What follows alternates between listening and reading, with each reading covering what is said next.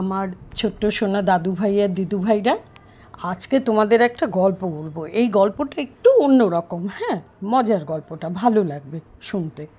আচ্ছা, গল্পটার নাম হচ্ছে ধর্মবুদ্ধি আর পাপ বুদ্ধি। ধর্মবুদ্ধি আর পাপ বুদ্ধি দুজন বন্ধু ছিল। এক শহরে তারা থাকতো।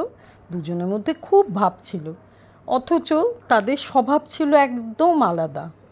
পাপ বুদ্ধি যে তার মাথায় সব সময় যত আজে বাজে বুদ্ধি চক্কর খেত। লেখাপড়া সে বেশি শেখেনি, টাকা পয়সাও তেমন নেই। ভাবলেও ধর্মবুদ্ধি তো লেখাপড়া জানা ছেলে, তাকে নিয়ে বিদেশে গিয়ে ব্যবসা করলে দারুণ লাভ হবে, আর ধর্মবুদ্ধিকে ঠকিয়ে তার টাকা পয়সাও নিয়ে নেওয়া যাবে। ভাবনা অনুযায়ী সে কী করলো, একদিন বন্ধুকে বলল, ভাই, দেশে পড়ে থেকে ভবিষ্যৎ কিচ্ছু হবে না, বরং চলো আমরা বিদেশে যাই, ব্যবসা করব। অবশ্য আমার মতো গোমুখ্য মানুষ তোমার কোনো কাজে লাগবে না, বলো, তবুও এটা ওটা কাজ আমি করে দেবো। যা কামাই হয়, যেটা আয় হবে, তাতেই চলে যাবে। তো ধর্মবুদ্ধির তো অত ঘোরপ্যাচ ছিল না, সে বন্ধুর কথায় সায় দিয়ে বলল, ঠিকই বলেছো বন্ধু, দেশ বিদেশ ঘুরে পাঁচজনের সঙ্গে মিশলে যেমন অনেক অভিজ্ঞতা হয়, তেমন টাকা কড়িও বেশ পাওয়া যায়। তারপরে কি হলো, একটা শুভ দিনে তারা বাবা মাকে প্রণাম করে বেরিয়ে পড়ল পথে। বিদেশে গিয়ে ধর্মবুদ্ধির চেষ্টায় খুব কম দিনেই তারা অনেক টাকা কড়ি রোজগার হলো, আর বন্ধুর দৌলতে পাপ বুদ্ধির পকেটও বেশ ভালোই ভরে গেল। তাদের মনে তখন খুব খুশি, দেশে ফিরতে হবে। সব কিছু বাঁধা ছাঁধা করে তারা নিজেদের শহরের দিকে রওনা হলো। বাড়ি আর বেশি দূরে নয়। এমন সময় পাপ বুদ্ধি বলল, ভাই ধর্মবুদ্ধি, একটা কথা বলি, আমরা তো প্রচুর টাকা রোজগার করেছি, সব টাকা বাড়িতে নিয়ে গেলে আত্মীয় স্বজনরা জেনে যাবে, তারাও হামলে পড়বে। জানো তো, টাকা এমন জিনিস যে সন্ন্যাসীরও তাতে লোভ হয়। তাহলে কি কাজ করব, ধর্মবুদ্ধি বলল। তখন পাপ বুদ্ধি বলল, বরং আমি বলি কি, বনের মধ্যে কোনো একটা গোপন জায়গায় আমরা টাকাগুলো পুঁতে রেখে যাব, অল্প কিছু হাতে নিয়ে বাড়ি ফিরব, যখন দরকার পড়বে তখন এসে নিয়ে গেলেই হবে। ধর্মবুদ্ধি তো খুব সরল সোজা মানুষ, সে তো বন্ধুর যে এটা কুমতলবের কথা সে তো বুঝতে পারিনি। বলল, ঠিক আছে, বেশ ভালো কথা, চলো কোনো এক গাছতলায় টাকা পুঁতে রাখি। টাকা কড়ি পুঁতে রেখে তারা যে যার বাড়ি ফিরে গেল। কয়েকদিন কেটে গেল। একদিন গভীর রাত্রিরে পাপ বুদ্ধি চুপি চুপি সেই বনে ঢুকে সেই গাছের নিচে গিয়ে হাজির হলো। তারপর সে সমস্ত টাকা তুলে নিল, আর গর্তটা মাটি দিয়ে বুঝিয়ে ফিরে এলো নিজের ঘরে। কয়েকটা দিন তো ধর্মবুদ্ধিকে টাকা পয়সার ব্যাপারে কোনো কথা বলল না। তারপর একদিন বলল, ভাই, হাত তো ফাঁকা হয়ে গেল, টাকা কড়িরও দরকার, চলো আমরা বনে গিয়ে টাকাগুলো তুলে নিয়ে আসি। তো ধর্মবুদ্ধি তো সোজা সরল লোক, সে বলল, ঠিক আছে চলো। দুজনে এলো সেই নির্দিষ্ট জায়গায়। গর্ত খোঁড়া হলো, কিন্তু কোথায় টাকা? সব ফাঁকা, কিচ্ছু নেই, কোথাও কিচ্ছু পড়ে নেই। তো পাপ বুদ্ধি কপাল চাপড়ে ডুকরে কেঁদে উঠল, এ কি সর্বনেশে কাণ্ড, টাকা সব হাওয়া। আমি জানি এই দুষ্কর্ম কে করেছে, তুমি এই কাজ করেছো। তুমি আমাকে না জানিয়ে চুপি চুপি এসে সব টাকা নিয়ে গেছো। আমি কোনো কথা শুনতে চাই না, ওই টাকার অর্ধেক আমাকে দিতেই হবে, এটাই আমার প্রাপ্য। আমায় ফিরিয়ে দাও, নয়তো আমি রাজার কাছে যাব, চুরি করার দায়ে তোমাকে ধরিয়ে দেব। পাপ বুদ্ধির এসব কথা শুনে ধর্মবুদ্ধি তো অবাক হলো, কারণ ধর্মবুদ্ধি তো একদম সহজ সরল লোক না, ও তো বুঝতেই পারছে না যে কি হলো। রেগেও গেল খুব, বলল, সাবধান, বাজে বকবক করো না তো, আমি হলাম ধর্মবুদ্ধি, ওসব চুরি চামারি করা আমার ধাতে সয় না, পরের জিনিস আমার কাছে মাটির ঢেলা ছাড়ার কিচ্ছু নয়। এসব সুন্দর সুন্দর কথা শোনার তো পাত্র নয় পাপ বুদ্ধি। সে তো রেগে গেল, বলল, বেশ, আমি চললাম রাজার কাছে। রাজামশাই দুপক্ষেরই নালিশ শুনলেন, কিন্তু যে মোকদ্দমার সাক্ষী সাবুত নেই, দলিল দস্তাবেজ নেই, তার তিনি বিচার করবেন কী করে?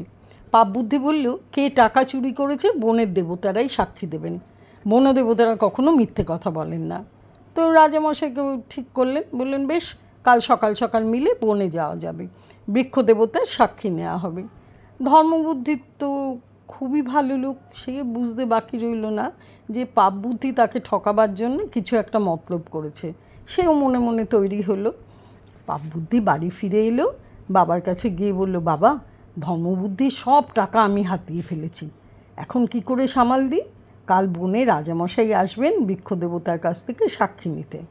তুমি আমায় বাঁচাও বাবা, নয়তো টাকার সঙ্গে সঙ্গে আমার প্রাণটাও যাবে। তা বুড়ো বাবা বলল, তা নয় বুঝলাম, তা আমাকে কি করতে বলছো শুনি? পাপ্পুতি বলল, সেরম বিরাট কিছু না, বনে একটা মস্ত বড় শমী গাছ আছে, ওর গোড়ায় টাকা আমরা পুঁতে রেখেছিলাম। ওই গাছে না একটা বড় কোটর আছে, একটা মানুষ সহজেই তার মধ্যে ঢুকে যেতে পারে। তুমি ভোর হওয়ার আগেই সেখানে চলে যাবে, গাছের কোটরে ঢুকে চুপ করে বসে থাকবে। আর কি কি করতে হবে এগুলো সব ভালো করে পাপবুদ্ধি তার বাবাকে বুঝিয়ে দিল। পরদিন সকালবেলা পাপবুদ্ধি আর ধর্মবুদ্ধিকে নিয়ে রাজা এলেন সেই বনে। শমী গাছের নিচে এসে সবাই দাঁড়ালো।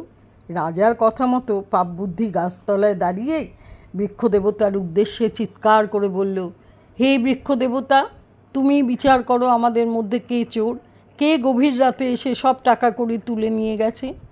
তো গাছের কোটরে তো ছেলের পরামর্শ মতো বসেছিল পাপবুদ্ধির বুড়ো বাবা। সে সেখান থেকে চিৎকার করে বলল, আমি সকলকে শুনিয়ে বলছি যে এই গর্তে সব টাকা চুরি করেছে ধর্মবুদ্ধি, সেই আসল চোর।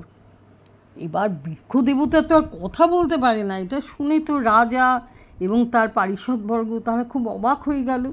বলল, বড় তাজ্জব ব্যাপার তো।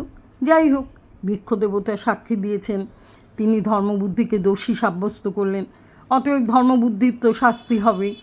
কিন্তু কী ধরনের শাস্তি দেয়া হবে তা নিয়ে তারা নিজেদের মধ্যে আলোচনা করতে লাগলো। ধর্মবুদ্ধি কি চুপ করে সব মেনে নিল? না, একদম না। সেই বনে ঢুকে গাছের শুকনো ডাল পাতা এনে জড়ো করলো শমী গাছের নিচে, তারপর দিল তাতে আগুন। আগুন দাউ দাউ করে জ্বলে উঠলো, লকলকে আগুন আর গলগলে ধোঁয়া ওপর দিকে উঠতে লাগলো। সেই ধোঁয়া আর আগুনের তাপ গিয়ে লাগলো কোটরে বসে থাকা পাপবুদ্ধির বাবার গায়ে।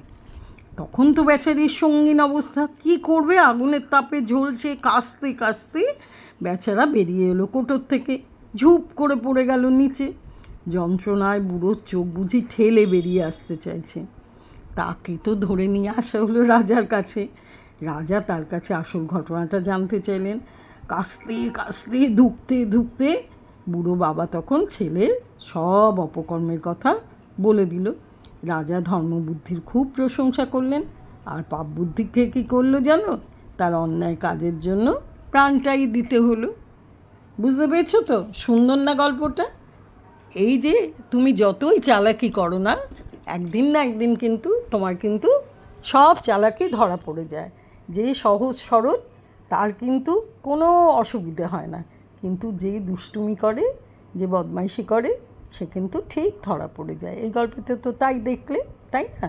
ঠিক আছে, এরপরে আরও অন্যরকম গল্প নিয়ে আমি আসবো। ভালো থেকো সবাই।